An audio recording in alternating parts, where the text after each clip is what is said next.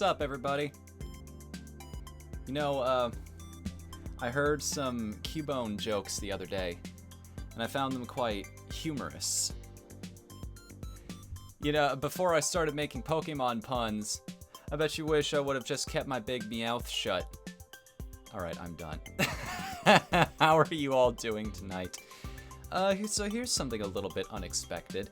This is not a new playthrough, as you might have noticed. This isn't something I expected to start streaming, but then I started building up a little bit of a team, and I figure, this is just engaging enough to where I think I can play it a little longer. Maybe you guys can make your own decision about the game, and hey, it was free, so no complaints there.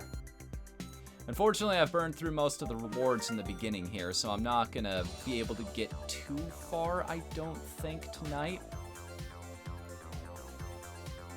I might as well show off my team to you guys. It's kind of basic at the moment. Like I said, I just burned through pretty much all of my energy, decided this really wasn't my thing and uninstalled it, but then everybody was like, yeah, why don't you try that one? Sure. Far be it from me to tell you guys no. I kind of like the moveset that I've got with these three, especially Gust on Pidgey. The amount of times that hits something. He's pretty much my star player right now. Bulbasaur came with Petal Dance, which is a little unpredictable. It just kind of goes wherever it wants. It's sort of like the Rock in most weapon in most video games. It just doesn't hit what you want it to. It curves right around them. But Poison, Sting, and Gust, those are multi-hit, and one of them comes with an extra little effect, so can't argue with that. I don't know it's going to be good enough, though. We'll find out here in a minute. Thinking you guys could use a little bit of a level up here. I want to be within at least 100 points of power. That power discrepancy will become bigger the farther we get into the game, but we're not that far, so that's 1,300. Yeah, 1,300 is the closest we've gotten. We're a little overpowered for that, but I don't want to push myself too far and just get my team's ass completely kicked. I'll get more rewards out of it if I actually complete the stage, so I believe that's how it works anyway. This experience is much different when you're playing it on the gamepad itself instead of having to move the cursor around. I'm thinking this started off as a mobile game idea, but then they're like, we need more games for the Switch. You're technically a first-party developer for us. Why don't you work on something like that? It's like, fine. We'll try and move the system over to a place where it doesn't entirely belong. Yeah, that's Petal Dance right there. I tried to increase my chances with it a little bit. There are ways you can augment your abilities. You can give them extra effects, like you can increase the number of projectiles, or you can increase the damage it does, or maybe improve your chances of getting particular items off of enemies. There are little stones, little items you can equip on your creatures, and that'll give them extra abilities and skills. Not more moves, it'll just augment what they already have. We're going really well against Tentacool here. Gave him the extra poison. Might be able to get through this without anybody faint. At least at this level, that's good. Not bad. Not bad at all. Our ranged character... Yeah, you saw me grab one of them right there. That little blue heart-shaped stone thing. You might even see a couple of them on the board here. As you level up, you not only get more stats and more power and potentially more moves for your creatures. I don't know, I haven't gotten that far yet. But you also unlock slots for these stones to go in. And all of them, like I said, can do extra things for you. Show them off on the status screen here. Move stones, yes. Exactly as the game told me right there, so... buddy. You want to show everybody your power charms here? Most of these are just that, power. Pidgey's my star player right here because of just how many hits you get off of a well-placed Gust. So, you've got things like this, the Mighty Stone. It's just a straight 115 plus to attack power. Or the Sturdy Stone. None of these have extra effects. But if we go over to Bulbasaur, who needs some of these effects, We have something like extra movement speed, critical hit damage increased, HP upon recovery, or even more things like that. And then there are these move modifier stones right here. Like I was saying earlier, the Scattershot Stone, which reduces the attack power of its projectiles, but using this, having that extra shot per wave of them, he might actually hit what he's aiming at, you know? I think that's a pretty fair trade. I tried to do that, experiment with that a lot with my other critters here.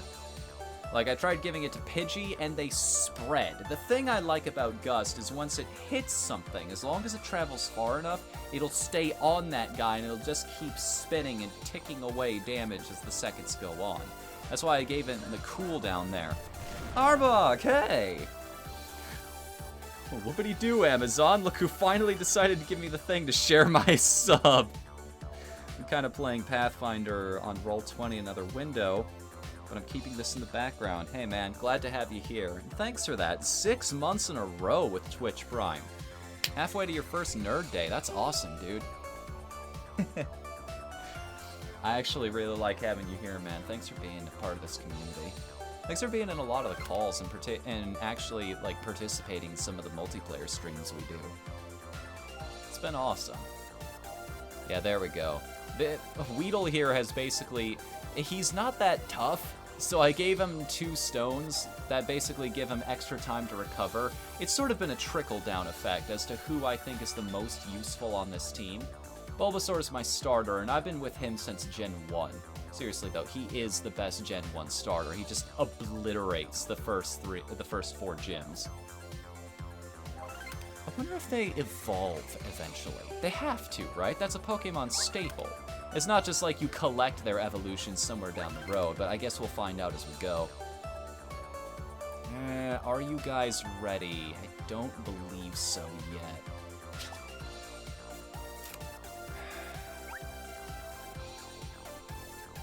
You know what? I'm gonna give it a try.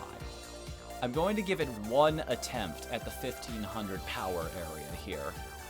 I want to push the boundary, see just how far we can go without needing to go back and grind and power up a little bit more. I've been feeling like my team hasn't been quite strong enough, but let's have a go at it. Yep, there we go. You see what happened right there? Gust just completely whiffed on that one. It blew straight past what I was aiming it at.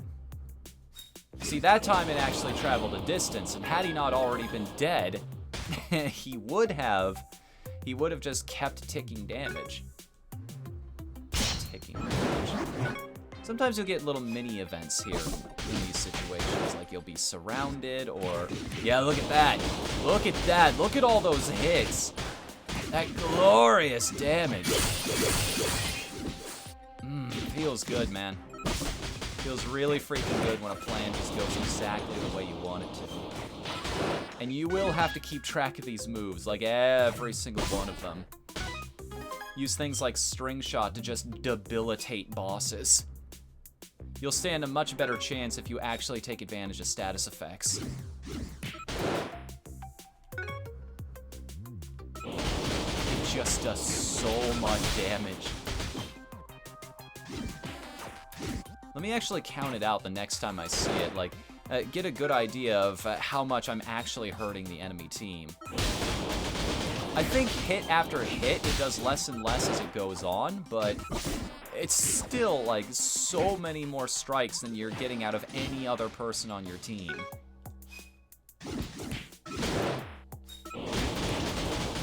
It's not even fair. There's not even a competition to everything else. If Pidgey does evolve, he's going to be amazing. All that extra strength. What do you think evolution does in this game? Like, is it just a straight stat increase? That'd be kind of boring. I want to know if they get extra moves, extra power. I hope it doesn't replace Gust, because that move's too good.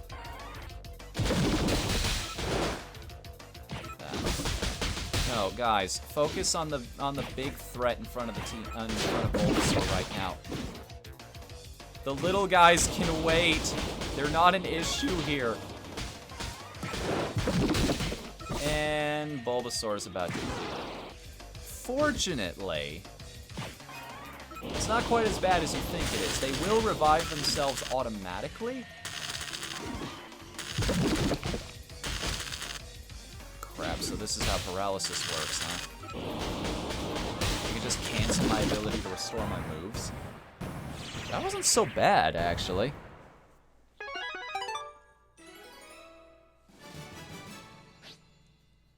That wasn't nearly as horrible as one of the other bosses I fought. We got a sturdy stone out of that. Some cooking materials. I should probably go over the cooking system, shouldn't I? So, alright, let's hop back to the base camp for just a moment so I can show this off. So you'll notice I'm building up a dish for everybody here. By cooking new things, trying out new recipes in this pot, you attract new types of Pokemon to your camp here. And hey, looks like I just got a Meowth. Oh, and a Weedle, but we already had one of those. I'm only interested in getting one of every different type of Pokemon. I'm not really interested in having dupes of what I've already got. And now that they've helped themselves to all that food... No, I don't need you. How do I say goodbye to a Pokemon that I don't want? Is there a way I can trade him in and just get a little extra energy or something? Of course, as most freemium games, they give you little objectives you can follow. It's like, hey, are you bored? Here's something to take your mind off of the intense grind we're putting you through for a little while.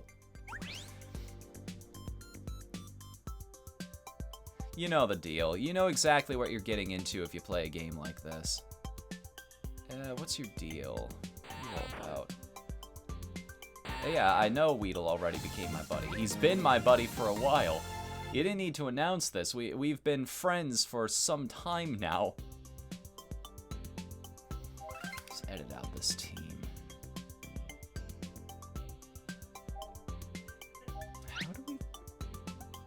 How do we send him out of the team? I guess the game hasn't covered that tutorial yet. Well, I don't want to run the risk of attracting another one that I don't need here. Let's just keep new, fresh faces coming in, so... I'm gonna choose something to cook. You have to use... There are 5 slots here, and you have to spend 3 ingredients in each slot to make a new dish. So, what exactly do we do here? We've got the mulligan stew, which is just basically anything. If it doesn't fall into one of the other recipes, it'll become whatever that is. The blue soda a la Q, which is just a whole lot of the bulk berries. Basically, the most basic recipes in the game are going to be 15 of those, 15 tiny mushrooms, 15 of bulk berries, just 15 of any basic ingredient. I'm currently saving up the big ones too, just to see if I can't make a completely different dish by combining them all together. But there's no point having something that you haven't already made. Like, we've got one for blue, yellow, gray, and there's another red one? Isn't there? No, this is the tutorial dish, the hot pot. A lot of mushrooms and a little red, which it doesn't make sense. A little red, the mushrooms are red. So maybe they were talking about the balm mushrooms? Soft and precious. Oh, don't start with me already. Nintendo filed a trademark not too long ago to fix this problem with the left Joy-Con becoming unresponsive. They cannot fix that fast enough. A big root, icy rock. I've already got the gray one, and that's what gave us the Geodude. Is there anything else we've encountered that would be attracted instead?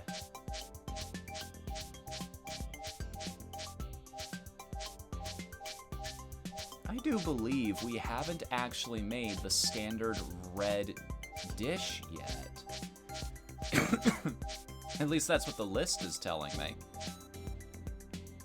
Favorite food of fire-type Pokemon. That's how we got our...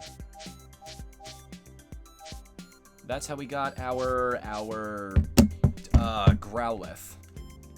So I'm thinking this time... Might as well fill up the ingredient list, right? We've eliminated every possible combination. I'm sure there's somebody out there by now who's figured out how all of these work together. They've tried every possible combination of ingredient types, including whatever these are over here. I don't even have enough of the basic-looking one up here. Or maybe it's the shells on the bottom that are the basic? No, that doesn't match up. Because the ones on top are always the cheap ingredients, and then it's the ones on bottom that seem to be more powerful. They're bigger and more impressive looking at the very least. I don't know why they have that confirmation message there. It's like, yeah, of course I want to use those particular ingredients. That's why I put them in the pot in that order. Were you going somewhere with this? Is there a purpose? Or are you asking me if I want to actually buy that star in Mario Party? That is why I took several turns to try to race other people to this space.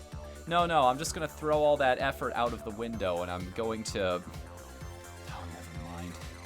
Stop trying to guess how Japanese companies think a long time ago. Just hurts your brain, man. Don't bother. Yep, there it goes. Controller's being a little wonky, which I guess doesn't hurt us too much because we're playing a game that doesn't require a lot of personal input on your part. If I use the... No, the D-pad is completely unresponsive, or maybe it's just how the game works. All the movement might be gridlocked. 91, 92...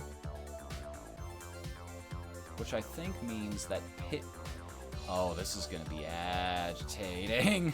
Can you tell this was supposed to be a touch-based game at one point? Can you actually get rid of a lot of these stones, I wonder? Critical hit damage. Yep, I'm giving that to Pidgey. No problems there. No arguments. I'm actually getting to the point where I have to make tough choices when it comes to a lot of these placements. Like which items you have where. Who gets what kind of equipment, because some of these items I'm eventually going to have to replace. I have to think, is the extra attack power worth getting rid of those little effects that they have? Curious. Okay, recycle. 2, 3... I don't need them for anything. Yeah, look at that. I'm not doing that on purpose with the controller. It's just flying off in whatever direction it likes. I don't have anything in my room that might interfere with that signal. You recycle a power stone, you can get some ingredients as a reward. Would you like to recycle the power stones you selected? Of course. And that's a not insignificant collection. I'll definitely take that. That'll also be useful.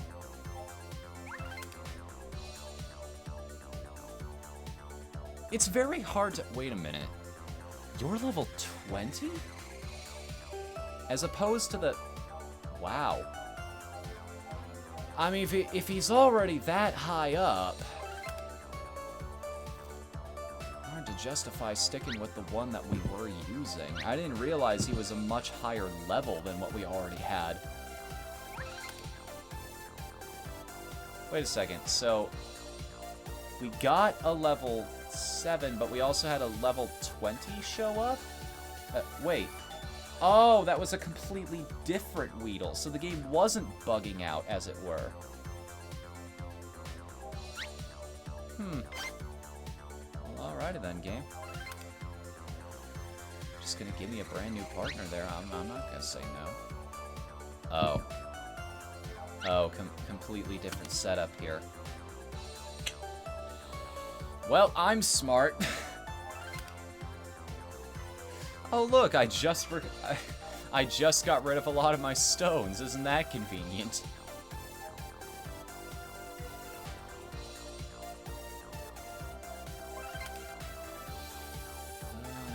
Pidgey. You might need a better stone here. No, actually, the one you've got is better. I'm in a position where the 92 without effects is the weakest sturdy stone that I've got. Team's moving up in the world. Although this time I'm not going to recycle it just in case I get a better or a different Pokemon in the future who could benefit greatly from having that equipped to him.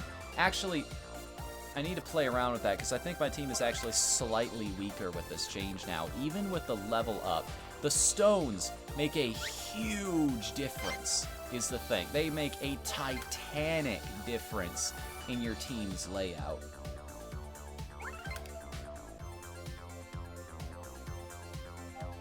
It's... grinding only gets you so far. It's collecting better power stones that moves you up in the world, that gives you all of those numbers that you need. It's very weird. It's an accessory. These become more of the star of the show than the actual critters they're attached to more often than not. It gives the whole game a strange feel. It looks like Pokemon, but it definitely doesn't feel like it, if that makes any sense whatsoever. Oh, very close. And we do have a grass type on our team, so we technically have more power for this. Let's try 3-3. Stage 3-3. Might be worth the attempt. We spent enough time just messing around in the menu. We're gonna get some more energy here soon.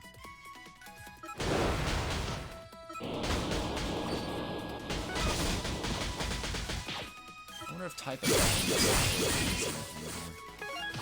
That's probably the stand-in for confusion.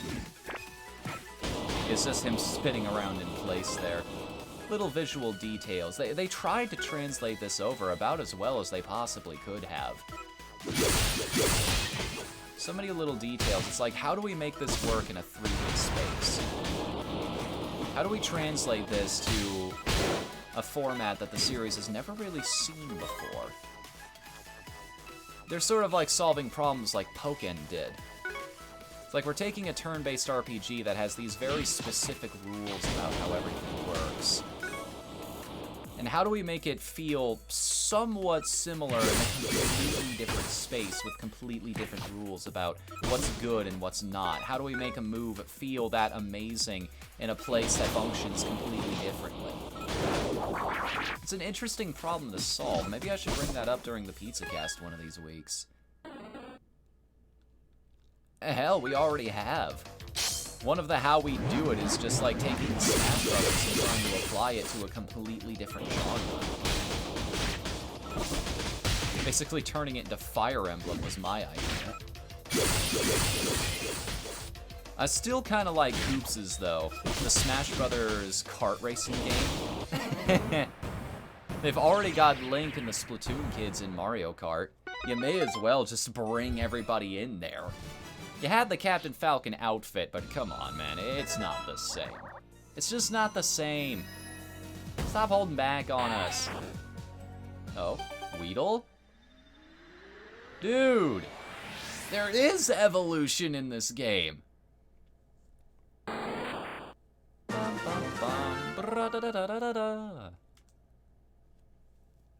I was...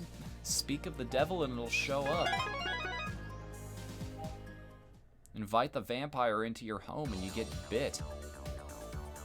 I'm sure that was a quest. Just evolve one Pokemon. You even get a little extra things for recycling stones, it looks like. These PM tickets, by the way, are basically your premium currency in this game. You use those to buy yourself extra energy in order to go on quests with. I wonder what else you can get with them. I've never really looked. You can receive a couple of them free every single day. Buy decorations for the camp itself, and some of these give pretty significant boosts, too. Like, you have the Flareon Cushion, which I still think is a fantastic pun. Size of red ingredient drops is... So you basically... It's a weird way of saying it, but you basically get extra red ingredients as long as you have that. Charizard Torch will move it even further. Basically all of these are like move learning training. Chance of getting a Pokemon with extra abilities. Or your maximum battery charges. I'm probably gonna save up for that one, honestly. Like the Mewtwo Arch is the big purchase. That's the one we're going to want the most here, because extra energy is just going to help us out in the long run. You ever do that when you play a mobile game or a game like this? That's kind of become my hobby, is just downloading whatever's hot in the App Store right now on my phone, and playing it and getting all of the free currency as long as I can, saving up for that big purchase and just completely breaking the balancing of the game. So I have that Mewtwo arch, it's probably going to... I might just lose interest in the game after that. Last thing I want to spend it on is just energy. I don't want to have to pay to keep playing the game. Makes me wonder how other people get away with streaming this for as long as they do. Is it just a daily thing, or is it people who are willing to drop money on it? Very curious. So, okay, what'll happen with our Kakuna here? What did he get? Way more HP. Definitely some attack bonuses. 132. I can actually replace what you've got right now. Which... it'll add that 10.4% back on his time to recover if he gets knocked out, but considering that's an extra, like, 40 HP to work with, we might be preventing that from happening at all. I don't think anybody else unlocked a slot back there, though, so now we're on the hunt for a Power Stone. Or a... what's it called again? A Mighty Stone. Mighty Stone and Sturdy Stone. Or maybe as they go up in rarities, they get different names. You got the Epic Fighting Stone of Wind or something. You got the Sword of Slashing. Awesome. The Boots of Walking. What an amazing treasure. I'll be passing this down in my family for generations. It'll be an heirloom.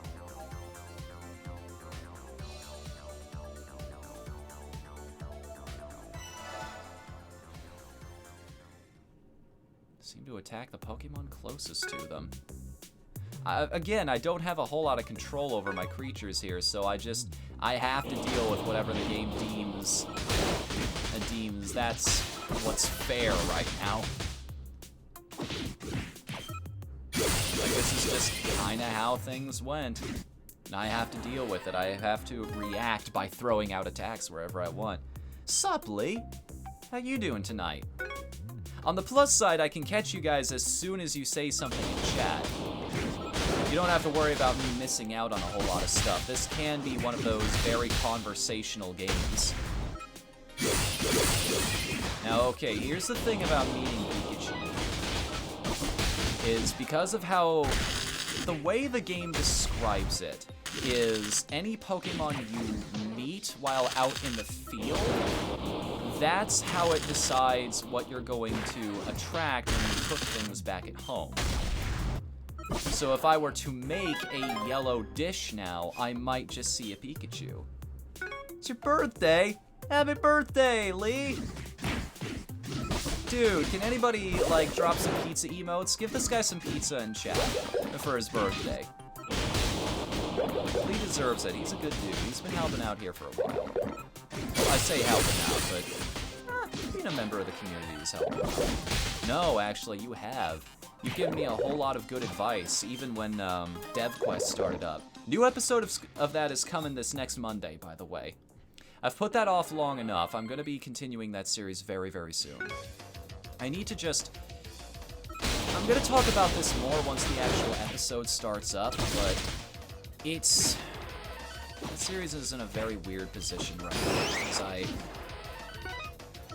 it's hard when you screw up something like that. When you haven't updated in a long, long time, you feel like you're letting people down. You feel like, no, it's not good enough. I can't put it out there because I feel like a failure. I feel like somebody who isn't delivering what people wanted out of me there for a little while. I can't put this out there because it feels like admitting defeat. It feels like taking blame. But I have to get something done. It's better than not putting something out there. Just accepting your faults and moving on. What am I, a AAA game company? I need to accept my flaws. Hey, sup, Guardian? How you doing tonight? It's weird seeing Pikachu always on all fours. Most of the time, Pikachu's bipedal. I'm just kind of glad they brought Fat Pikachu back. A little pudgy round thing that they used to have. You ever study those old Game Boy sprites? A lot of people have, actually, lately, thanks to that whole 97 demo that came out. Everybody's been taking a lot closer look at old school Pokemon and like comparing and contrasting the differences between all the beta designs and whatnot. I find that subject very, very cool. Some of those designs are incredible. Like, I love the baby Ponyta that they had. That thing is so freaking cute. I wish we'd gotten that. I'd take that over Igglybuff, I'll say that much. Hope you guys can't hear that dog barking at absolutely nothing. Yap, yap, yap. Dude, can we just talk about how real dogs totally stole their design from Growlithe? You're not impressing anybody.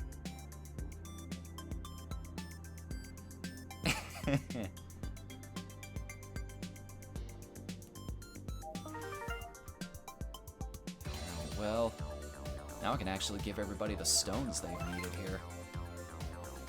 I wonder if I have enough ingredients to actually create a new dish, though, because I've pretty much eliminated all of the possibilities. 140, though. Let me go back to Pidgey here for a second. He's the one who needs the most power. Because when Gust hits, it really hits. I hate to keep harping on that, but it is literally the best move I have right now. That thing eats through health bars if it gets in just the right position.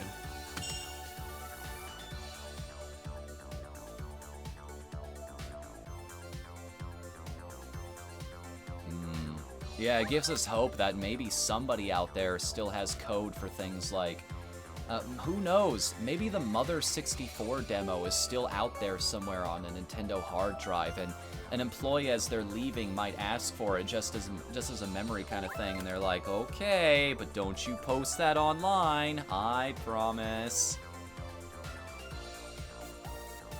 Got a big assignment, so I can't stay long? No, I understand. I'm just glad you came, man. I'm glad you think it's worth it. That you wanted to do this as opposed to anything else. That means a lot to me. Thank you. Hope you're doing well. I'm doing fantastic. I'm always great when I've got some good games in front of me. Which, jury's still out on this one. I don't know how good it's gonna be once I start running out of energy, but...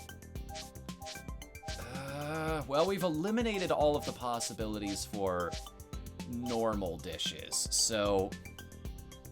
red, blue, yellow, and gray. Is all of that. I kind of want to cheat and look up what some of the other dishes are, or should I just experiment like a real chef, somebody trying to play this game naturally, or should I take advantage of the resources available to me? Because I'll do that. I will straight up look how to create some of the better dishes in the game. You know what? I'm gonna give in to the dark side. Pokemon Quest recipes. It was the first result. It was the first one. Prima Games. Wow, you guys are still around. I didn't know that. So, okay. Got all the ingredients here. Logan stew, red stew, 4 grape porridge, yellow curry. Ah, here we go. Mouth-watering dip, which is the favorite dish of water Pokemon. What do we need right now? Actually, yeah, that's a good question. What type of Pokemon are we aiming to add to our team here? Let's go back to our expeditions and find out.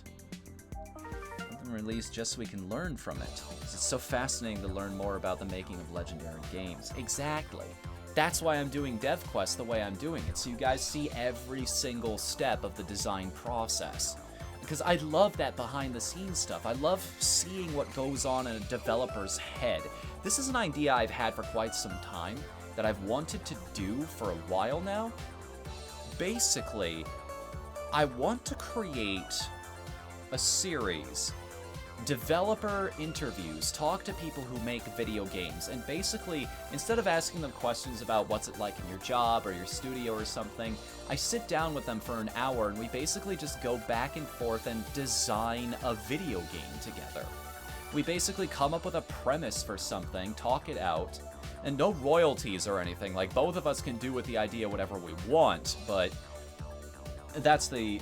But I feel like the best way to get into the head of a creative person is to watch them create something, to talk it out with them, to realize what's going on in their head, what they try to design first, where they pull their inspiration from, that kind of thing, what their process is.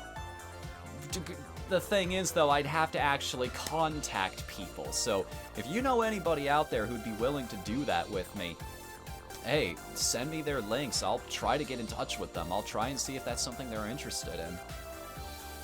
So, let's see here. The Whatthefnu.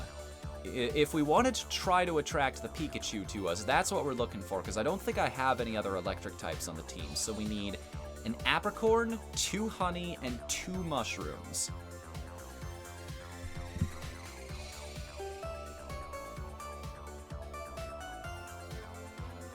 2 honey, 2 mushrooms, and an apricot.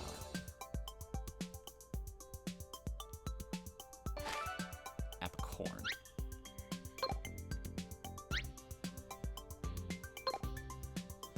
2 honey, oh wait, 2 tiny mushrooms or bulk mushrooms? Because this is very different. Video game idea improvisation, exactly. Or just, you know, creating, getting a better look in their heads. 2 tiny mushrooms, yeah, okay. Whole lot of soft things and a lot of yellow. Apricorn, honey, and mushroom. Okay. 2 tiny mushrooms. And hopefully, soon here, we will have what we're looking for.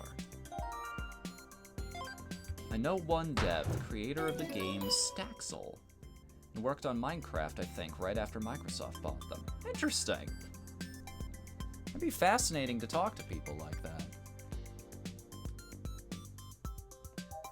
Like I said, it's a tentative idea, but talking to those guys, like, I think it has legs. I think the idea has traction. It could appeal to some people, I think. And this actually puts us up to 1900. We've got an advantage over here.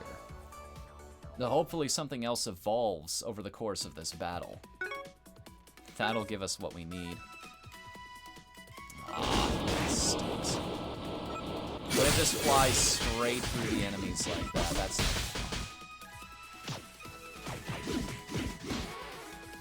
There you go. There you go. That's all that damage. That's the good shit. That's how we do it now. Bulbasaur, stop being dizzy. Quit being a goofy goober and contribute to the battle. I don't know what this dictates, like, why sometimes the gust just flies through them and sometimes it actually sticks in place. Is that like a chance of it proxying or not? It's like that's a bonus effect, perhaps? Maybe I need to augment the ability to have a better chance of that or something? Because that time it worked, but I seem to be way closer than any of the other situations. I don't know, man. Game's weird. What if? Because it felt like all the other times I was too close to the enemy. That's why it didn't work. Ah, crap. We're fighting a cloister. Gonna be here forever, guys. This is the best defense in the game.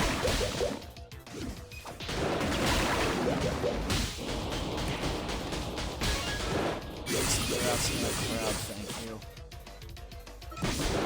We hit that thing with poison really quickly. No, Kakuna! You were the chosen one!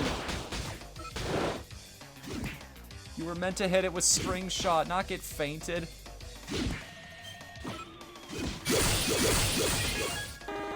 you want me to send you their Twitter? Actually, yes. Because like I said, it's worth at least asking people. I lose nothing in that. The worst they can do is say no, right? Which, by the way, is also fantastic relationship advice. If you're interested in somebody, just go for it, man. Don't waste your time just wondering about what could be. You'll feel way better after, trust me. Coming from somebody who's been through that process before, don't just... The anticipation is worse than actually doing it.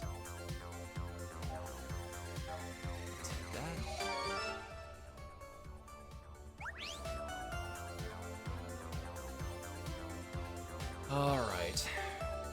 What all did I get out of that battle? There's no way I'm ready for the forest, right? There's no possible way. She was on a friend's stream of her game, and she always seemed nice. Cool. Yeah, I'll definitely contact that person, see if I can't get that series off the ground.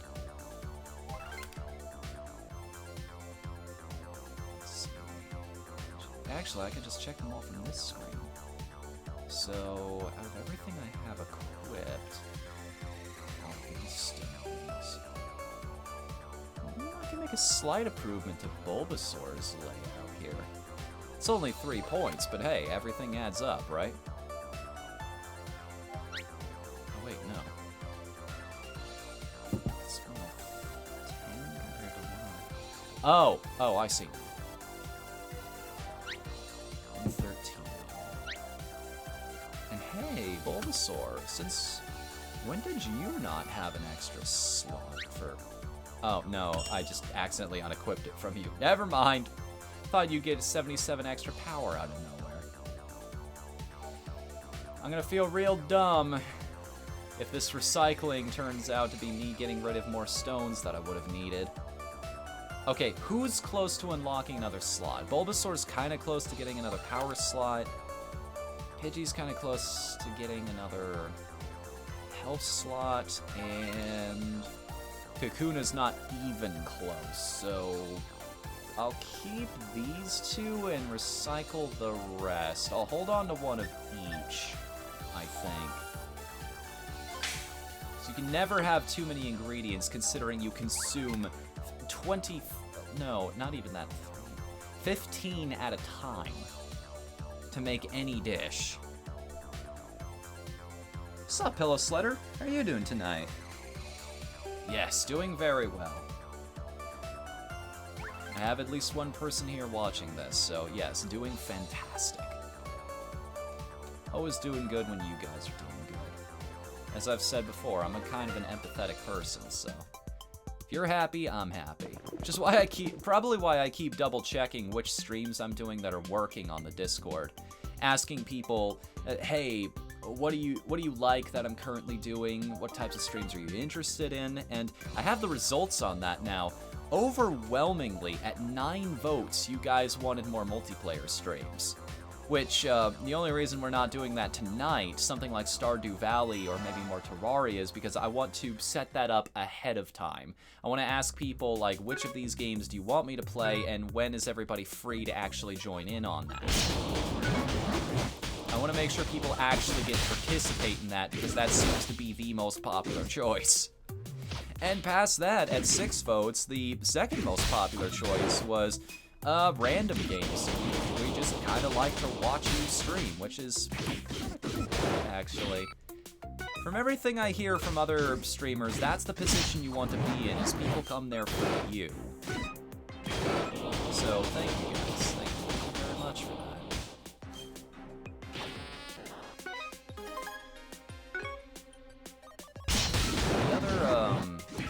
The other, and the third most popular choice is the Pizza Cast, which, that was only 4 votes. And the next one after that was the recurring games, the JRPG we play every single Wednesday. So I'm glad people are just really enjoying the streams in general. That's fascinating information to have. Anyway, Dark Lord! Hi, dude! None that I know personally, but they mostly make free online games, so I reckon they might be up for it. Hey, give me... If you have some kind of place where... If you know their Twitter handle or something like that, just send it to me, either via Twitch PM or maybe... if you're on the Discord, you can send me a PM on there, just whatever's convenient for you. Like I said, I will definitely get in touch with that developer and see if they're interested in doing a slightly unconventional type of interview. Not unconventional in the Eric Andre kind of way, but... Can't get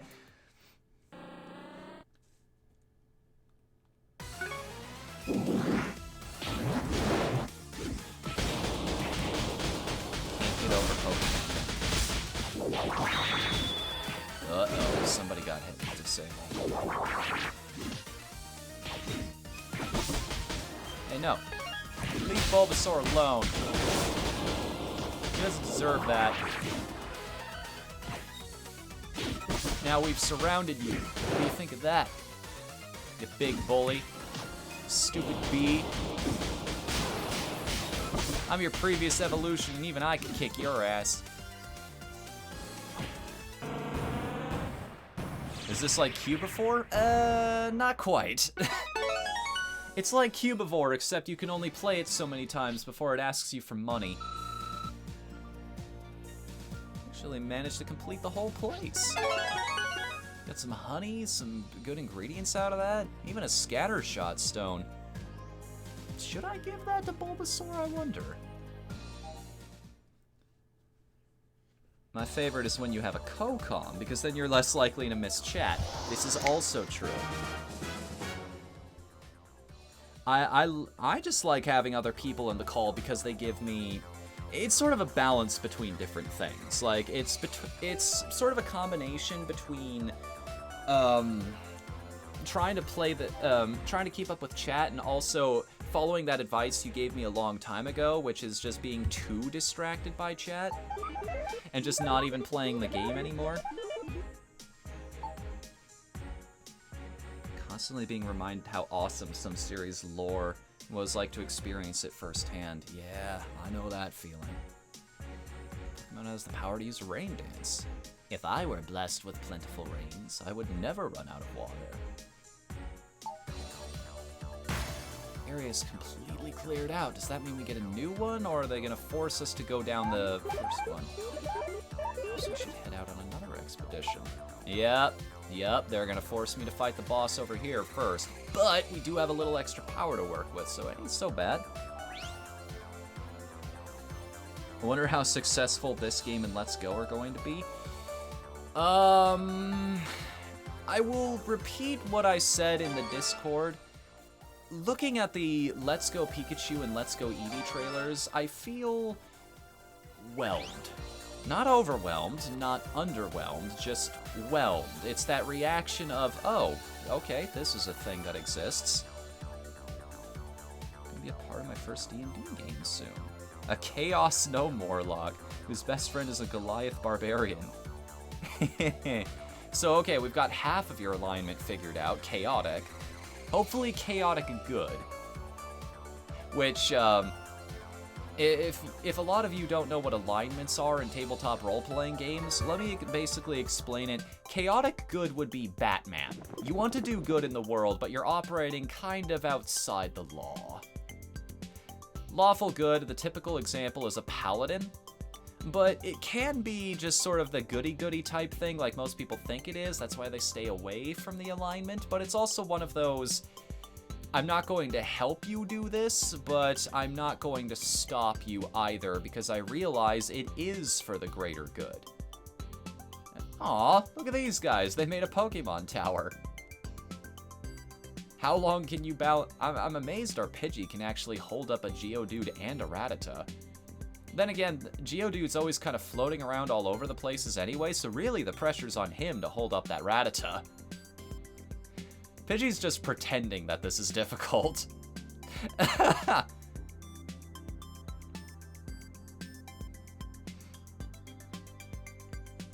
think Let's Go will be super popular just because it's a Pokemon game on the new console. Here's the other thing about that. I have a feeling, I'm going to talk about this more tomorrow when the podcast happens. That's going to be at around 6 p.m., by the way, just in case you wanted to know. But there is... Oh... I'd have to use PM tickets to recharge my battery, but I want those decorations. They can help out. They can give me so much more stuff. Like the Mewtwo arch, it'll give me extra battery charges, man. Extra experience for just... Basically, what these do is help me grind up my weaker creatures. Extra experience for anything up to level 5. Oh, does that stack? So times 1.5, so, okay, hang on. 1.5 times 1.5. So that's an extra 0.75. So anything below level 5 would be getting 2.25 times experience. Every single one of these just, wow, okay.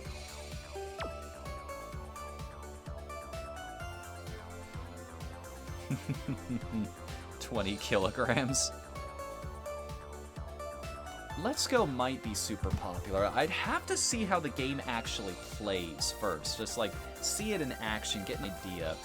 My roommate, Seneca, she's gonna buy both of them anyway, and she asked me, hey, if I got both of these, which one would you want? Because she did the same thing with Ultra Sun and Moon. She just likes having somebody to play them with. And I said, I'd probably go with Eevee. I'm in that camp where I think Pikachu is kind of overexposed. And I understand that Eevee is not an unpopular Pokemon either, but... I don't know. I guess that makes me the Gary to her Ash. Smell you later, Seneca.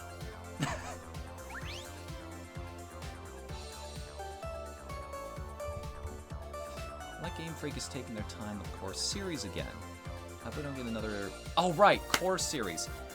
Let's Go is not going to be the core game, apparently. There are still rumblings out there that we're going to get a main series line game later this year on top of that. It's not just this one. There were a lot of rumors out there that it was going to be a Pokemon Go thing, that it was going to be sort of a reimagining of Gen 1, which that sort of turned out to be true. But I still don't know. If they announced this now, what the hell are they going to do at E3? That's my big question, is why now? Why announce this at this point? Do they have something better at the show, or is it just Nintendo being Nintendo? I don't know. We'll find out in less than a week, though. Said they'll release the next game in the core series next year. And they did say at E3 they were going to be focusing on things that were mostly coming out in 2018, so maybe we'll get more information on the game itself. Alright, enough talking and piddle-footing around. I wish there was a way for your character to level up, because a lot of freemium games do that. They let you level up your character, and that automatically recharges your whole bar here. Are there any quests I could finish up here soon that would give me extra energy by themselves? Back, forth, and Brook. If we clear that, we get a new kind of cooking pot. PM tickets. Any energy anywhere? Cube Island Expedition. So we need to do 50 quests before we get one free battery recharge. Sorry, excuse my face. I'm allergic to something in my own room, apparently. Oh no. I don't like these mystery quests here, because that reveals to me that there are challenges we don't know of yet. There are types of challenges out there, like the game still has more mechanics that it has yet to share with us.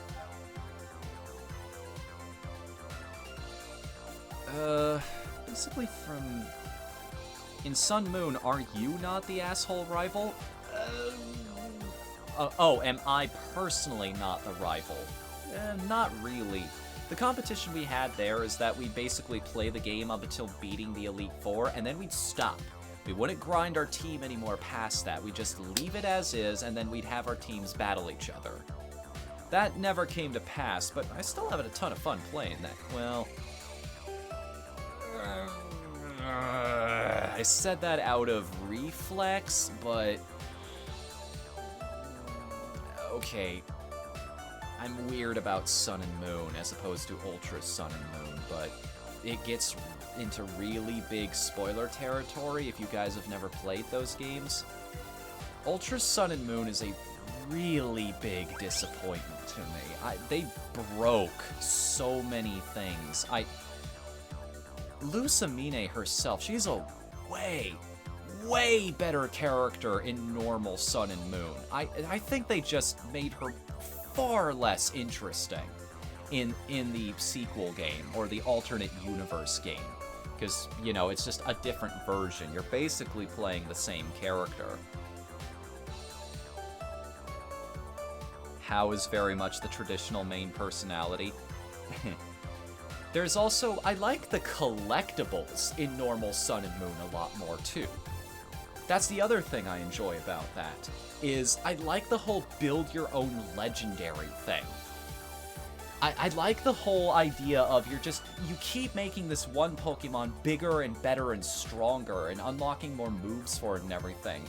I mean, yeah, having a slightly bigger Pokemon model is okay, but the one that I tried to make, anytime I've tried to make one of the totem Pokemon work in my team, it's been useless stat-wise. Even my go-to grass-type Lurantis just can't keep up at the end. The only reason I gravitated away from the game for so long is because I had to replace Lurantis with something that could do its job better and actually keep up stat-wise. I have to air this grief. I'm basically letting the timer run out here, and then I'll use some of my tickets to fill that up. Just so you guys know, I'm trying to be somewhat efficient here. Pokemon Sun and Moon, the story, as opposed to Ultra Sun and Moon.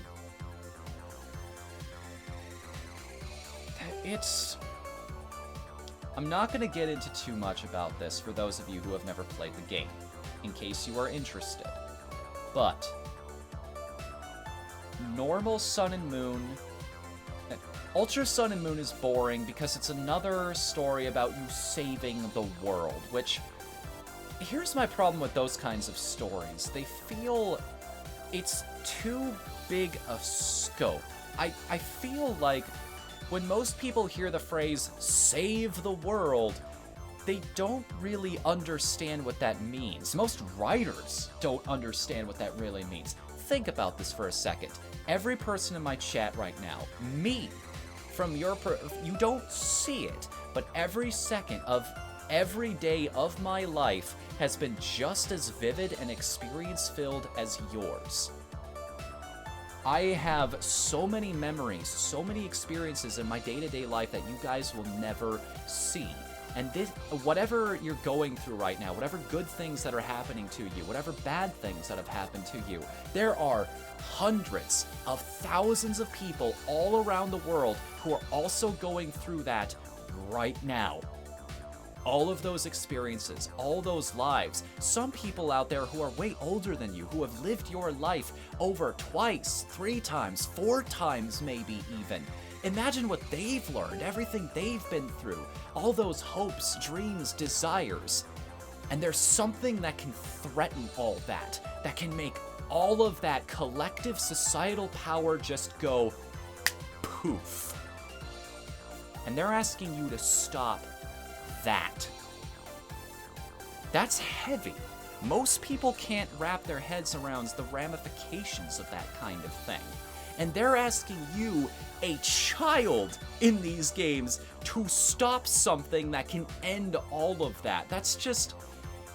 There's kind of a disconnect there for me. Regular Sun and Moon was a much more fascinating story to me because it doesn't ask you to save the world. It asks you to save one specific person in it. And I love it so much more for that reason. It is much more interesting. It is much more personal. It makes you care about the people who are involved in this. The villain in that game is fascinating, not because she's evil, not because she thinks she's doing something horrible in the world, but because she just has problems. She needs help. She needs legitimate professional help, the likes of which you cannot give her. Your adventure is simply putting her in a position where she can receive that kind of help from the people who still love her, despite the horrible things she's done. The more I think about the story of the original Sun and Moon, the more I like it for that reason, because it's kind of unconventional. It does something that I don't think the series has ever done before, and sadly, it did not do since. Oh well. Anyway, I've been missing out on what people have been saying here. Actually made Sun and Moon worse? How's that possible? I'd rather collapse an entire criminal organization. You kind of do. You kind of do in Sun and Moon, but again, I'm trying to stay away from details here. They also took away that one line that I loved so much in the original Sun and Moon. The closest thing to character development any of the main protagonists have ever gotten. It's you and Lily, and you're under this arch. You're like trying to escape from the rain. I mean, it takes until before you fight, you try to get your last Island Kahuna badge, but basically she asks you, hey, what motivates you? Why do you even do this kind of thing? This thing to begin with? Are you trying to catch them all? Are you interested in the power, the fame, the glory, or do you not even know? And it's one of those moments, like, it doesn't have any ramifications in the game, but it's very refreshing to see your character, to have that character have a chance to actually be a character. To kind of shape them a little bit, to make them be what you want them to be. I think that's something Pokemon could benefit from doing in one of their games. I really do. It's not just your team that needs to be the driving personalities. Just because you're not the one taking place in the combat doesn't mean you aren't. You are the driving force. Your Pokemon aren't the ones making the decisions here. You are. I don't know, maybe this is a little heavy for... No, I don't even think so. When I was like 10 years old, I loved role-playing games. I loved them so much simply because of the choices they gave me, of the characters they let me be. I love choice in video games. That's the whole thing that makes this form of entertainment special. So take advantage of it. Make a game that actually does what the medium is good at. Please. Alright, for boss time. Let's do this. Now that we're done talking about the my personal grievances with a multi-million-dollar franchise here, I doubt anybody from the company's even listening to me.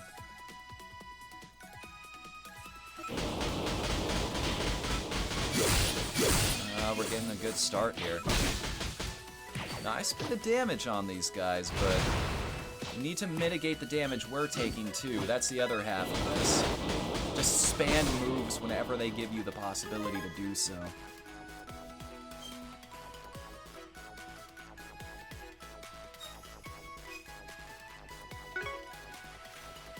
Not really happy with how a lot of people are treating HMs. I'm in the camp where I never really liked the way they handled HMs either, honestly. I've heard some people say that... Because Drawman tried to explain this to me one time. It felt more personal, somehow. Like, it made... like, sure... Because HMs kind of suck as moves, is the other thing.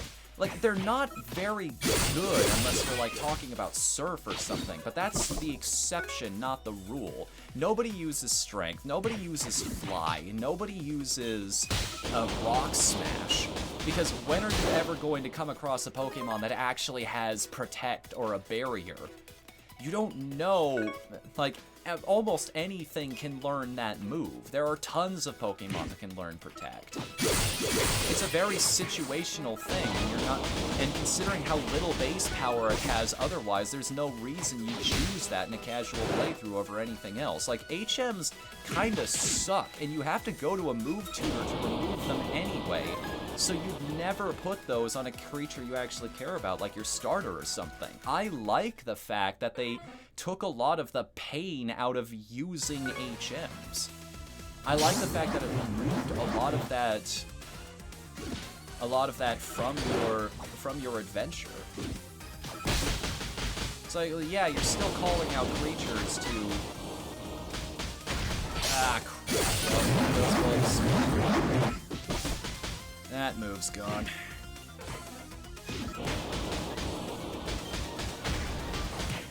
Only to avoid a lot of this extra damage I'm taking here. What's this command? Scatter! Yeah, that's exactly how you do that. Run away! Is that thing just berserking? I wonder. Does it not care what it hits there? Because it attacked one of its own allies there. Maybe it was using rage. That was the move we were facing.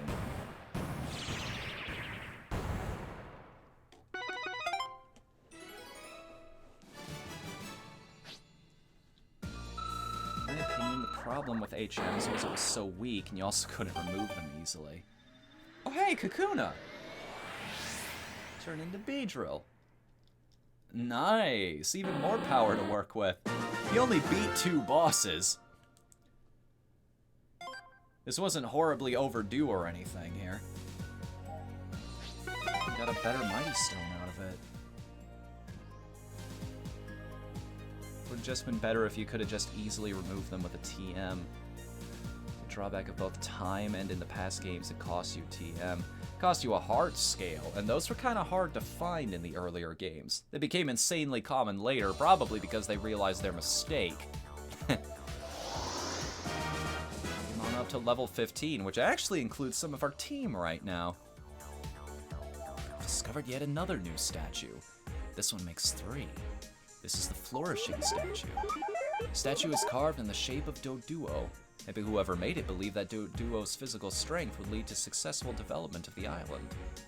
Seems you've explored everything you can. It seems you've explored everything you can in this area. I'll locate the route to the next area. It may take some time to locate, so in the meantime, I've searched the database for information about the Chamber of Legends. It's said to be a place far out on the island that no one has ever reached.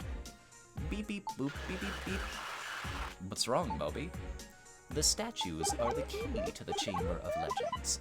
If we gather enough of the statues that lie hidden on the island, we can reach the Chamber of Legends. Beep beep blip.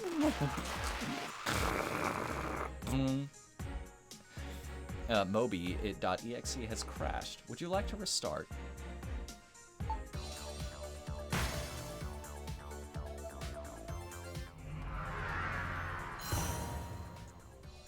Some noise will easily get rid of it. Done with it. Sup, Gator Hero? Welcome to chat, man. How are you doing tonight?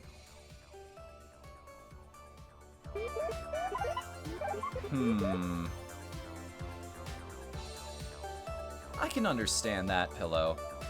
Like, because it's your particular... Whoa! Whoa, dude, Gorguts! Thanks for the bits, man! Oh, yeah! April, May, June. Yeah, I forgot that June is that month, isn't it? Oh, that's so cool that they added a new bit thing for that. Suppose instead of getting surf, you learned how to ride a swimming Pokemon. It's not your Pokemon learning anything new, it's you learning how to better access their abilities in the field.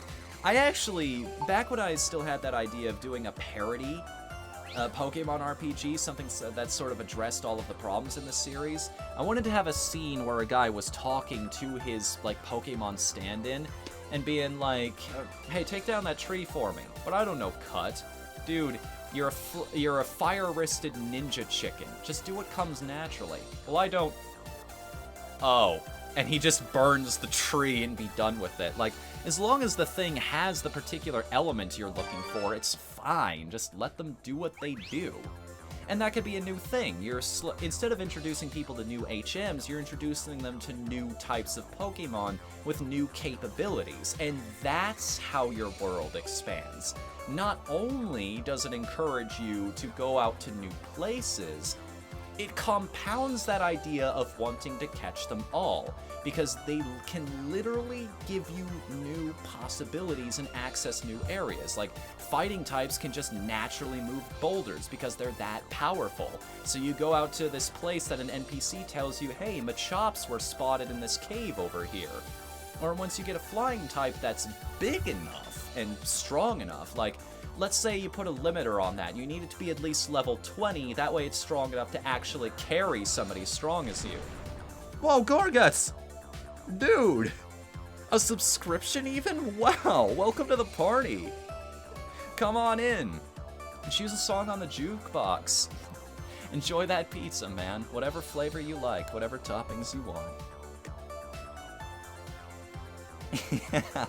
Thanks, man. Aw, shucks. You're too kind, dude.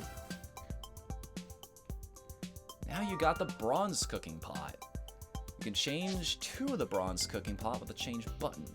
The amount of ingredients you need to use when you cook a dish will increase. The Pokemon that are level 16 or higher will be attracted by your cooking. Ah, I see. I need to sacrifice more items. However, I get better Pokemon out of it. That's a nice trade, I think. Even the same species of Pokemon that you've attracted before will have higher HP and attack when you use more ingredients. Nice.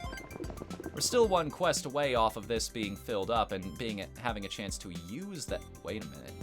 Oh, yeah, we already had that. Right, that was the Pokemon we had that actually evolved. Speaking of... Look at all that pizza in the chat. See, there's your birthday pizza randomly. People just didn't catch on to it quickly enough. You know, now that we actually have people to beg to spam emotes in the chat. Yeah, let's try this again. Everybody say happy birthday to Done Randomly.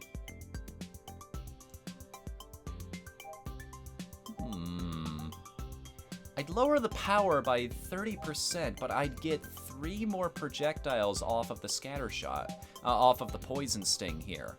That's 3 extra chances to poison something. Because he gets right up in the face of enemies anyway. He's a frontline fighter, this Beedrill. So let's try that. Let's give him a chance here. Let's give him 3 weaker poison stings, and we'll basically do a shotgun kind of thing. A poisonous shotgun. This already sounds amazing and awesome. I like this idea. Can I just swap these out by dragging it over? Yes, I can. Good. The game makes it nice and easy. I appreciate you. Oh, nude! Oh, Gorguts! Thanks for gifting that sub to Done Randomly. That was the first ever gift sub given in this channel. Hold on, I like to chronicle these kinds of things. I like to chronicle everything that happens, like something special like that. First gifted sub. Gorguts. Not Gore-Huts, Gorguts. 1, 2, 3, 2, Done Randomly. Because one of these days I can, like, look back on all that and be like, here's all of these memories. Here are all these cool things that happened once upon a time.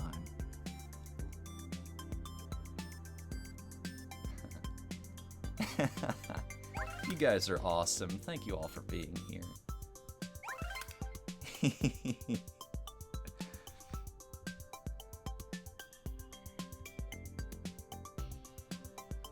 July is coming. Crash for Switch. Oh, shoot. Yeah, I gotta play that again now, don't I? Beat Tropical Freeze 4 times. Damn. Yeah, that's another one I gotta try out. There are too many good games out right now. Like, I even picked up one of my own not too long ago. Where is it? Where is that? Yeah, I have the box lying around here somewhere. I showed it off the other night, but where'd you go? You're here somewhere. You're just hiding up from me to make me look stupid on stream. Well, take my word for it. Actually, no. You don't have to take my word for it. What was that? Hold on. I heard another sub notification. I didn't get a notification in chat, but Streamlabs probably knows what's going on. No, it doesn't. Son of a bitch. Who did that? Who gave a sub to who? Or was that the same notification from earlier? Whoever that was, whatever you did, thank you so much for the sub. Wow, we got a train going on in here. Oh, thank you all so much. Thank you. Maybe Koops was right. It was a good idea to stream this. While we're on the subject of Pokemon streams, though, I have an idea I want to run past you guys. I left that for the Pokemon Gold beta.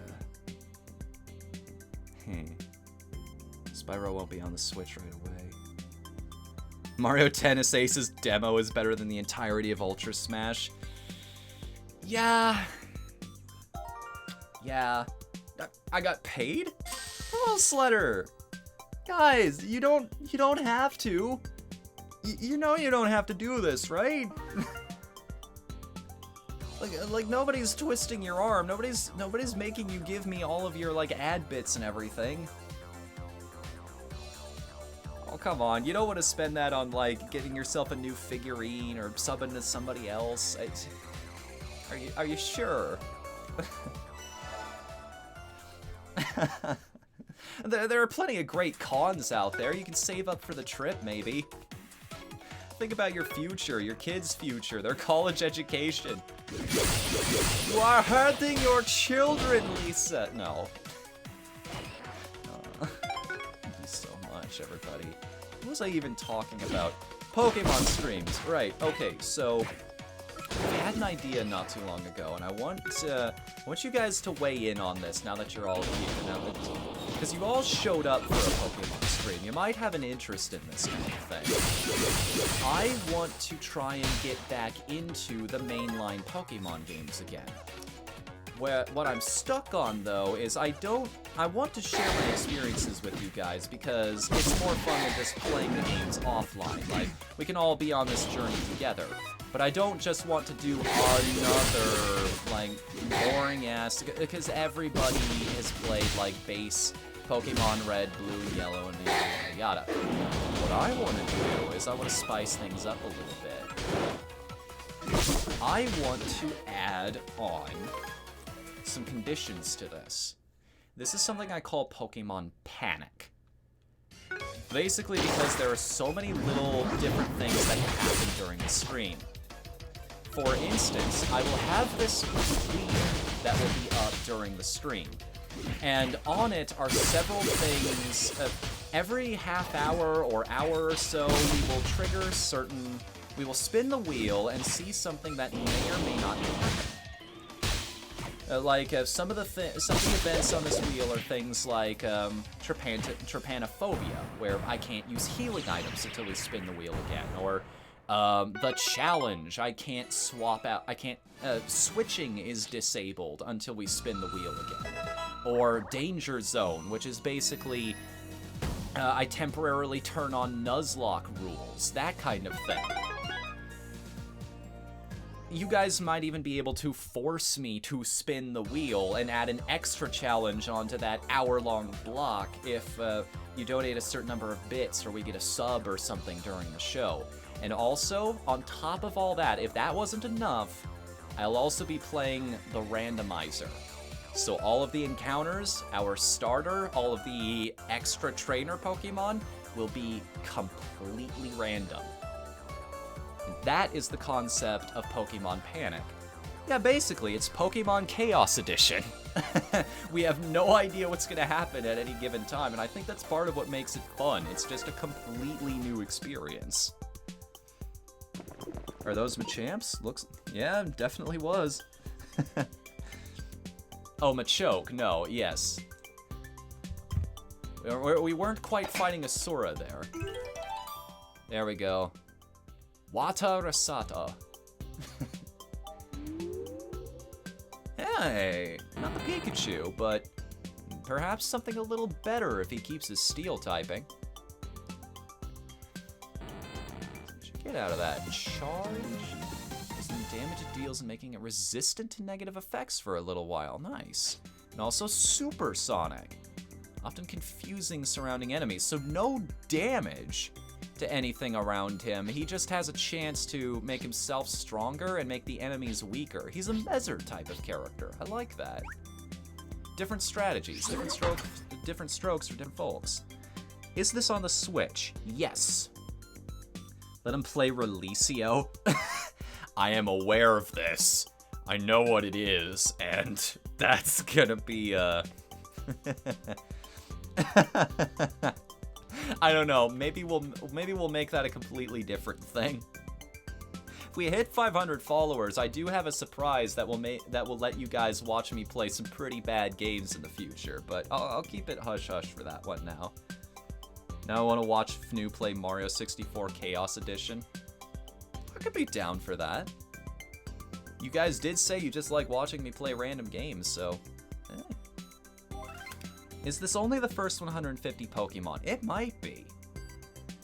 I don't know if they've added more to it yet. I've only encountered Gen 1ers so far, but... 3 out of 4. And Bulbasaur also needs another one. What do we got? 158 and 138. So who's the lucky boy who's getting all this extra power? Could it be Bulbasaur? Let's give it to Pidgey first. All that extra power. Plop that right in there. Pidgey gets first dibs on all of the new power boosting stuff, just because of it has the best move on the team. For 7 extra power, we'd be trading away 16 extra movement speed, extra crit damage. Yeah, no, that's, I don't think that's worth it. It's closer to maybe like 30 points or something we'd be doing better. And wow, really? You need an upgrade, Beatrill. You're the most fully evolved thing on the team right now, and I'm just kind of completely ignoring you. Right, so everybody just unlocked a new slot, so they're not even close. I can safely recycle a lot of this, I think. Get some pretty badass ingredients out of it, too. Kinda wish there was more. Yeah, I do, too. There's 808 slots for Pokemon. Alright. Currently has the original 150 right now. No Mew. No Mew? Why'd you even bother only including the Gen 1ers then? Well, not even like an invent kind of thing? Like you beat the game and then there's one extra dungeon where you can unlock the thing and that, oh, what a missed opportunity. You can't do that. You can't lock it. You can't lock the player down to Gen 1 and then not include Mew. What? That's like with the original the Japanese-only version of Pokemon Stadium, the one that locked you down to only 67 Pokemon. I just... Whatever, man. Got to use a Game Shark, Fnu. Which game did you play around with? It's always fun messing around with whatever games you have using one of those. It was one of my favorite things to do as a kid. Just to see all the kinds of cool stuff it let you do. There are only 807 Pokemon. That last one is that new Pokemon. Interesting. Oh, the one that they've just announced now, recently? Yeah, the one that's supposedly the new Mythic, which, you know, I hate to be one of those, like, dirty, misguided Gen 1ers, but I really do remember a day where being legendary meant something. Because there's a lot of them now. The Pokemon world has a lot of legends, apparently.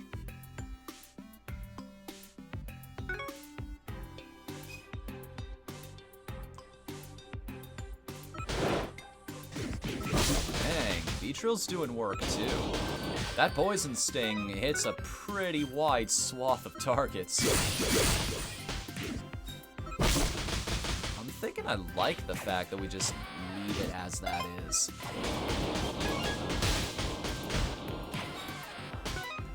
Oh, don't go anywhere yet, Bulbasaur.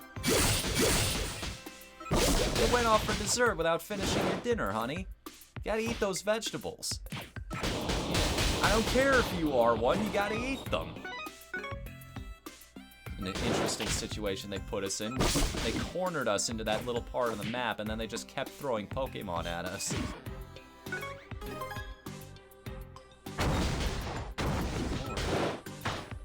We don't run out of health. We're just basically fighting a war of attrition here right now. We're not taking a whole lot of damage off of any individual creature, especially considering they're not bosses, but this could add up pretty quickly. Oh, there it is. There's our big bad boss monster. There you go. Now he's nice and slow.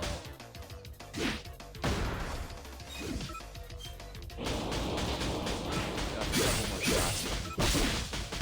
I wonder if you can actually poison some of these rock types. Could you? I remember you could do that in Gen 1, even though it didn't make any sense whatsoever.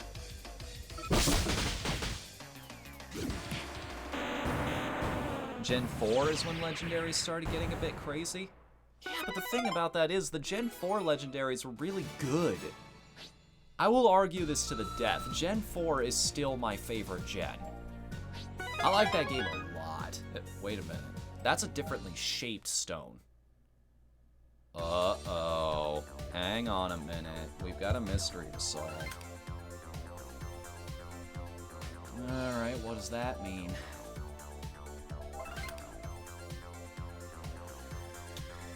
Sturdy stone. What if I try to put that there? Oh, no, it just fits. I guess that shows that it's a different level or something. It's just it's in a category of power all its own, maybe. Yeah, okay, let's try and keep everybody a little on the same level here, as it were.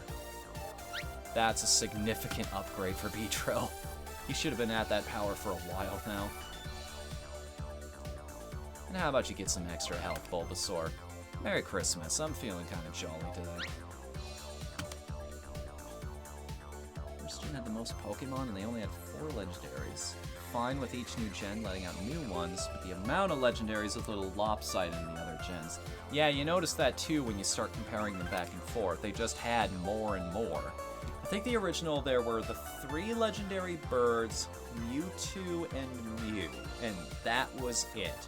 And one of them you couldn't even get through normal gameplay. That was like Playground Legends kind of stuff. You had to talk to people. It's like, no. Okay, there's this crazy glitch you could do in the game, where you trick the game into thinking you have creatures you don't actually. And there's all of this nutty stuff you can do where you can like manipulate IDs and whatnot so that you can actually send those things to your Pokebank, but man, you really need to know what you're doing with that, because you can just completely destroy your save file if you're not careful.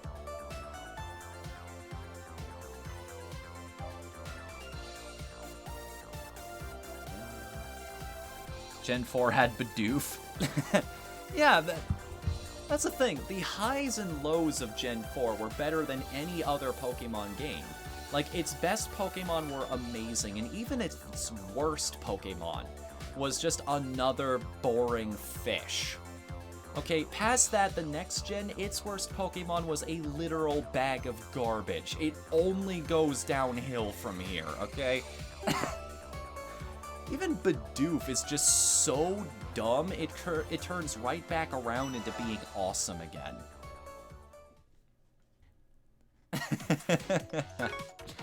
Just that derpy little face he's got. Oh, it's doing it again. No, I have moves that I need to spam. Don't do this to me.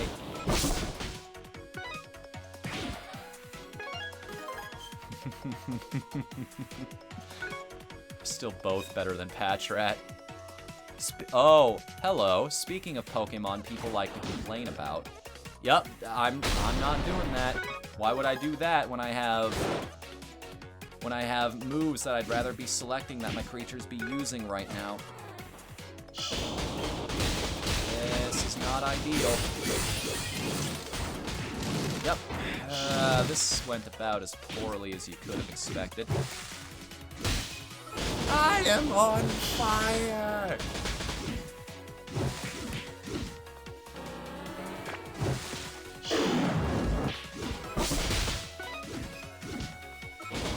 I do believe I'm on fire. Delivery on that is incredible. Like, people keep bringing up Team Fortress 2. It's just, there's a reason those lines get quoted so often. It's just, it's not even the lines themselves, it's just the delivery of them. Just that very casual sort of, wait a second. Yep, in fact, my mortality is being challenged right now. Okay, was just making sure there. We're in trouble. We're in a lot of trouble right now. Oh, please hold on, Pidgey. Please hold on, backup is coming. Yeah! Ba-ba-da-ba-ba. Here comes Bulbasaur just in time. And he gets immediately destroyed. Oh well, we tried. Yep, there it is. There it is. Yep. No, I don't think all of that's worth 10 tickets here, especially considering the rate I've been getting them lately.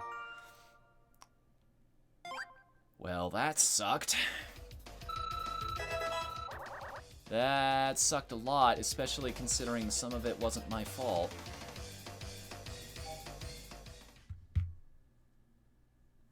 Pokeball with eyes evolves into an upside-down Pokeball with eyes. Hey, Starliquin! Welcome to the chat. How are you doing tonight?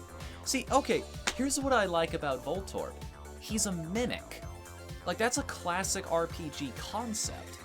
Like, you go to pick up an item, oh, and instead you're getting a battle. That's a nice little surprise. It was that game trying to introduce something that made sense within the context, taking inspiration from other RPGs. I can respect that. So shit on this design all you want, that design serves a functional purpose within the game itself. Bulbasaur. The grass type is going to save the day against a fire Pokemon. Hey, you can try. If the anime can win battles by the power of the plot, maybe I can too.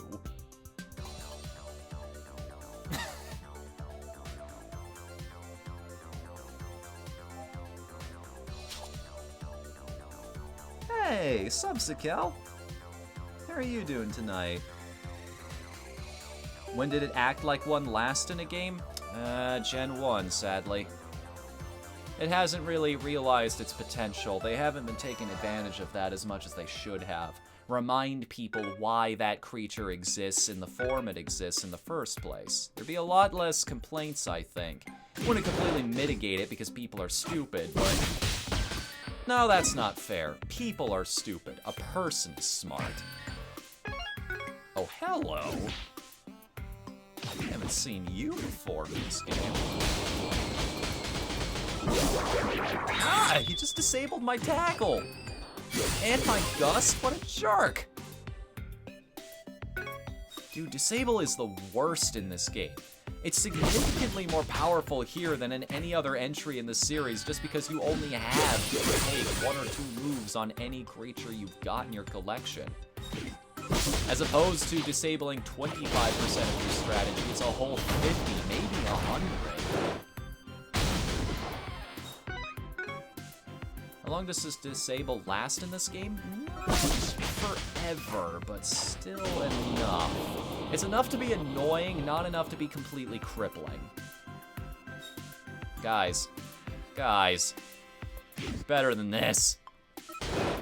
The auto-pathing can't be that bad.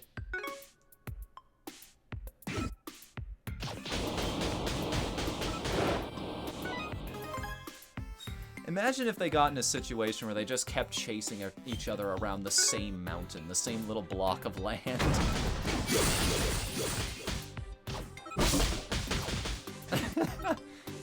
I'm kind of hoping that happens now, because that'd be very entertaining.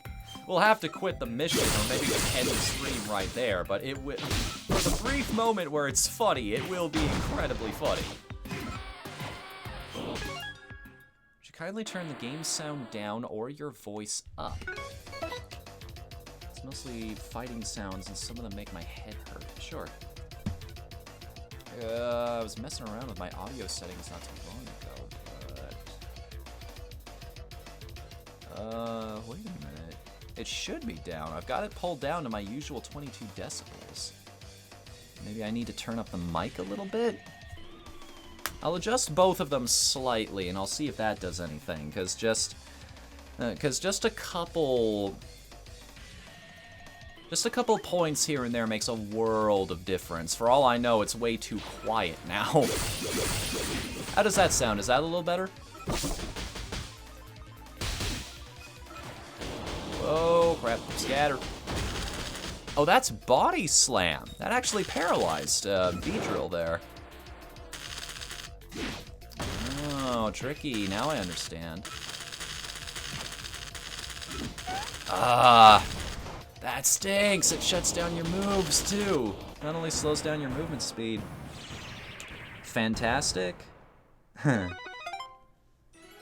is why I love this chat. You're all watching out for each other. You guys are great. I don't care what Coop says. You guys are amazing. Fantastic. We got some pizzas. I think that's everybody saying it works all right now. Oh, hey, we got an expedition bonus out of this, too. It's improved, but I still don't like the sound in this game. If you get that fireball attack in the mix, I'll have to mute you. Interesting.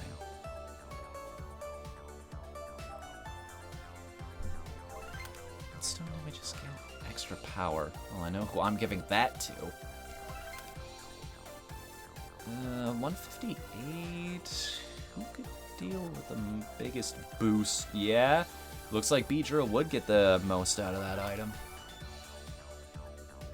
There's not much I can do about the sound in the game itself. Or is there? Perhaps I can mess with things a little bit.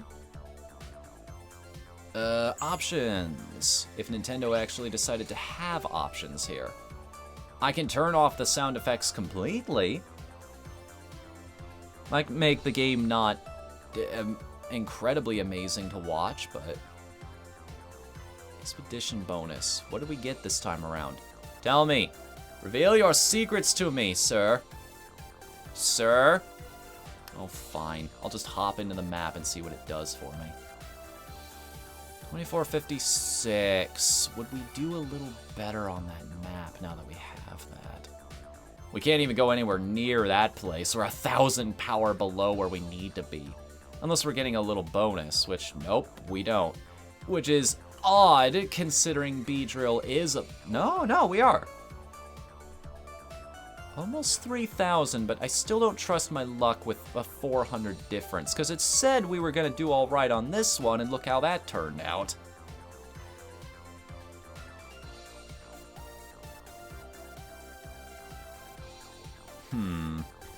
Problem is they don't know how to mix it up. There are other Pokemon out there with a Pokeball design, too. What do I try my hand on right now? Can handle that okay. We've increased our power somewhat. And I don't want to screw up this expedition bonus because we get a whole lot of items out of that.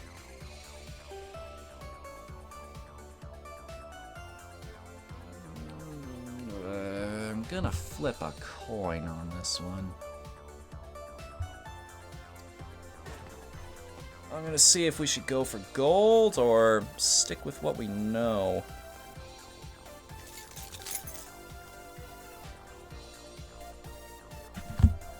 Something I dislike is the fact that if a Pokemon levels up but it isn't out, you don't see what boost of stats it gets.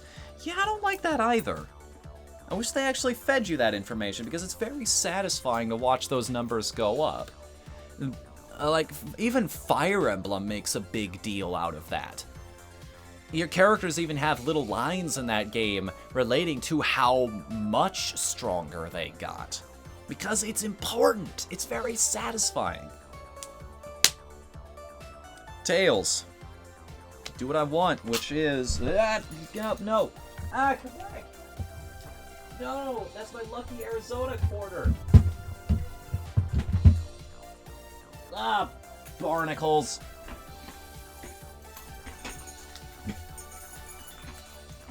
It ran away. I'll chase after that thing later. I need that.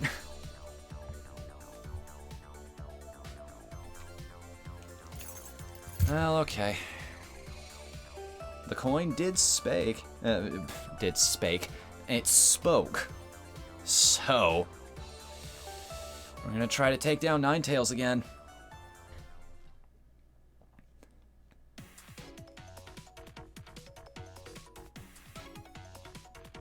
Hopefully my controller actually reacts Whoa. Hi there, you having fun warping all over the screen like that? Nuts to it. I'm wasting attacks. That's not gonna help. We already got our butt kicked once by this place. I'm at it. Bulbasaur, no, stop! He killed Bulbasaur! That move is so dumb! Get out of that! Wow, dude! That's ridiculous! This Flareon by itself just killed my entire team! Ouch! Wow, man, where do I get that move?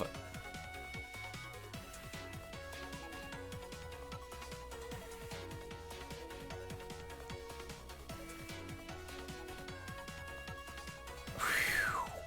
That was awful! I don't even know what to add to that. That just sucked.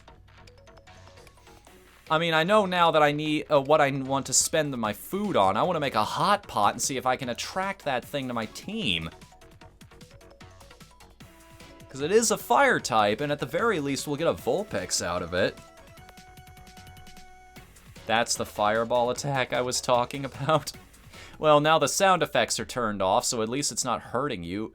At least it's not hurting you anymore, it's hurting me.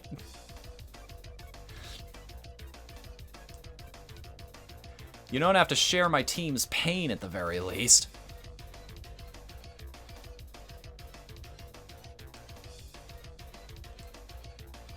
Yeah, here, you leave my flyer alone. This is gonna suck. It's gonna suck a lot. Even with a perfect thing there. Unless I can get some poison damage on it. Nope. Beedrill just got immediately obliterated. Didn't even have anything close to the health it needed to pull that off properly. Go, Bulbasaur, live your dream. Don't let your memes be dreams. And I said that I couldn't screw up this expedition because we get extra things out of it. No, I gotta give that up. I've gotta let it down. I've gotta run around and hurt it. I made it cry. I said goodbye. I told a lie and I hurt you. Pidgey is the MVP of the team. It's the best Pokemon I've got.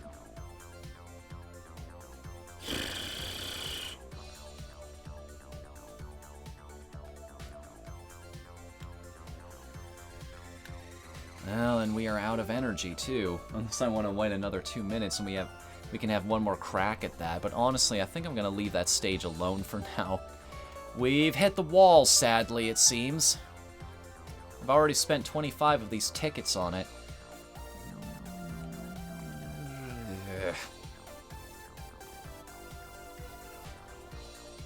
I want to claim that expedition bonus at the very least. Even if I never touch this game again, I want to end it off on a victory. Head back to 5-1 one more time and say hello to a Graveler. Like, oh, come on, man. Why you gotta pick on me again? Right, so how do we cook this hot pot again? Or what are the ingredients they gave me during the tutorial? 2 bulk berries and 3 tiny mushrooms, and that'll attract fire types to the camp.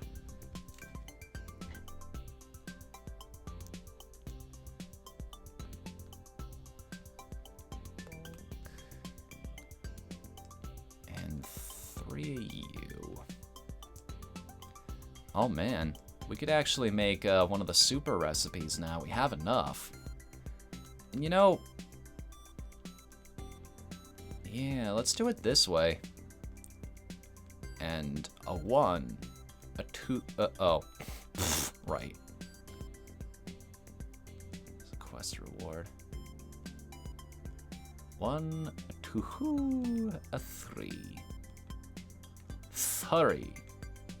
It'll be a weaker Flareon, but it'll at least still be one. And wapow. Come little children, I'll take you away. That song gets way creepier the older you get, I tell you what.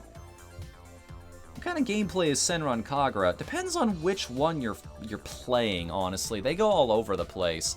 There's one of them that is basically just Splatoon, except with girls in bikinis, so... in some ways better than Splatoon, but in other ways just significantly less well produced. So give or take on that one. Seriously though, Peach Peach Splash is actually not a bad game. I've played it, and if you can... Hell, I'm the one who's always advocating for adult-oriented games anyway. I don't have a problem with it at all. Like, I think good games are just good games, and let's be real here, a lot of us like that kind of thing. We wouldn't object to it being in a game so long as the game itself was fantastic. You know? Or am I alone in that? I'm literally the only one who thinks this way. It's like, am I truly alone on that front? Yes? No one else is a giant raging pervert like I am? Oh, fine. Just sit over here in my little corner of the internet and enjoy the isolation. I like being alone anyway. No, I don't, as a matter of fact. It's a bold-faced lie. One of my personal fears is being completely alone.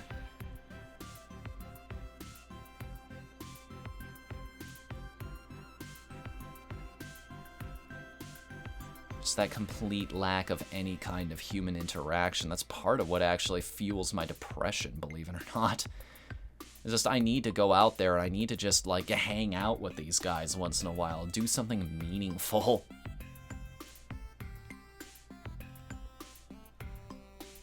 And don't get me wrong, you guys are nice too, but we've talked about that. There's something different between meeting somebody online and actually having them in the room with you.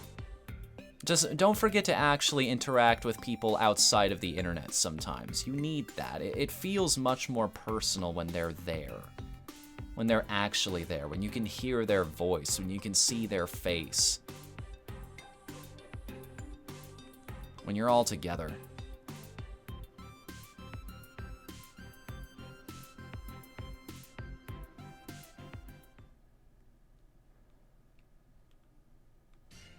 Yeah, you can actually poison the rock types, which I always thought made no freaking sense whatsoever. But hey, you do you, game.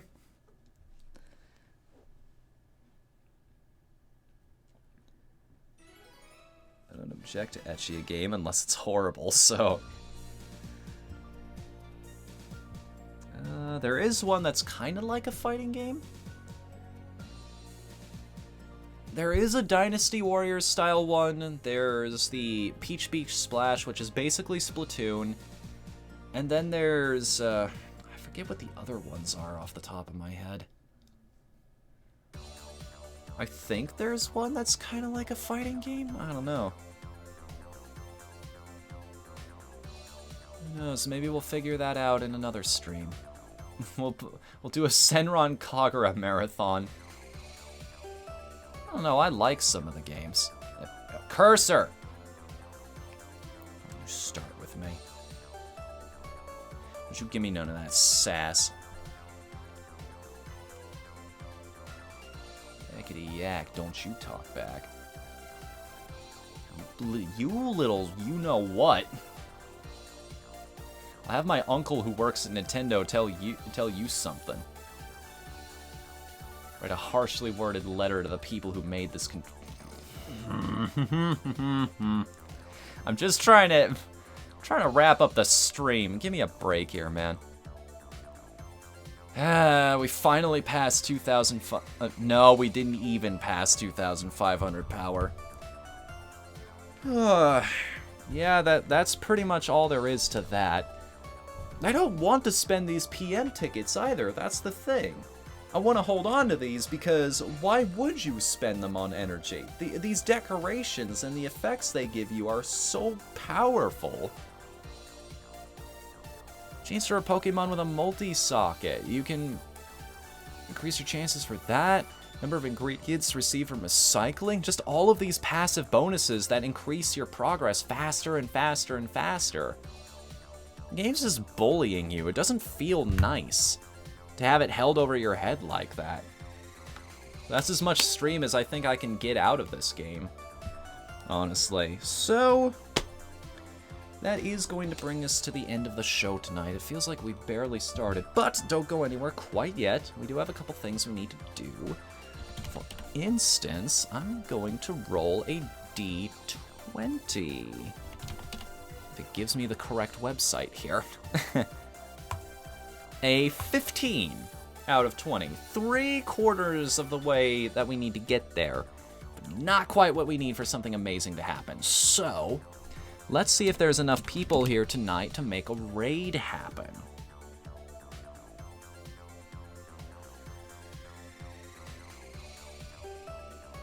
And yes, actually, we have 9 people watching the show tonight. Nice. It's actually one of the highest numbers we've had for a while. So, who's live right now? You know what? Okay. We can raid this guy. Question is what our message is. What is the raid message? What did we come up with? What was something funny that happened? Hashtag that damn left Joy-Con. Hashtag fix your controller. Hashtag get new batteries. Hashtag pizza? We could always just go hashtag pizza. Pokeblocks.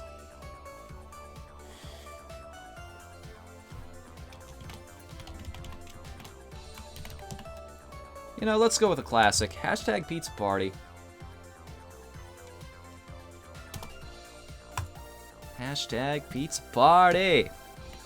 Alright, everybody, remember proper raid etiquette for this. Only send the message once, unless they start spamming emotes in response. In which case, spam away. Send the message. Thank you all for make sure to include my emotes if you're subscribed to me, or just include the standard Twitch emote if you don't, if you aren't. Thank you all for coming tonight, and please join us again tomorrow night, when we will be hosting the Pizza Cast. Until then, I'm Whatthefnu. Later, everybody.